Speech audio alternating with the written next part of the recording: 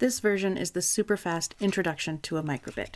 Here's your microbit. You've got your battery pack. It's plugged into your Chromebook over here. You go to bboard.now.sh.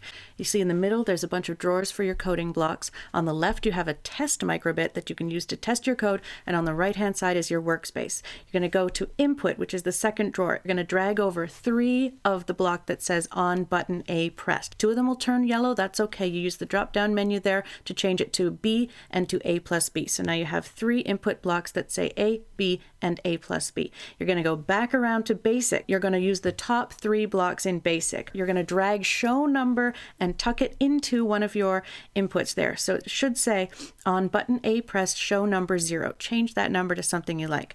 Take the second one, show LEDs. Put that one into button B pressed. You can use your mouse to click on the different LEDs on that block.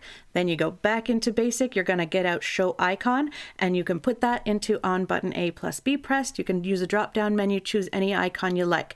Now you go over to the left hand side, you check your programming to see if the buttons on the picture of the microbit actually give you the LEDs that you told it to show on your workspace. If that works, and it should totally work, you can then download your program onto your microbit. You click the download button, you wait for it to pop up and say show in folder. You click on show in folder, you'll get your downloads folder. You'll see the microbit in the left-hand column because it's attached like a USB stick to the computer.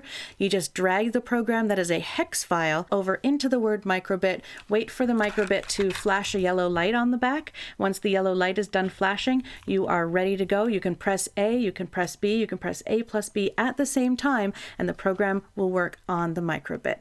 Thanks so much. There's a lot more details in the other video.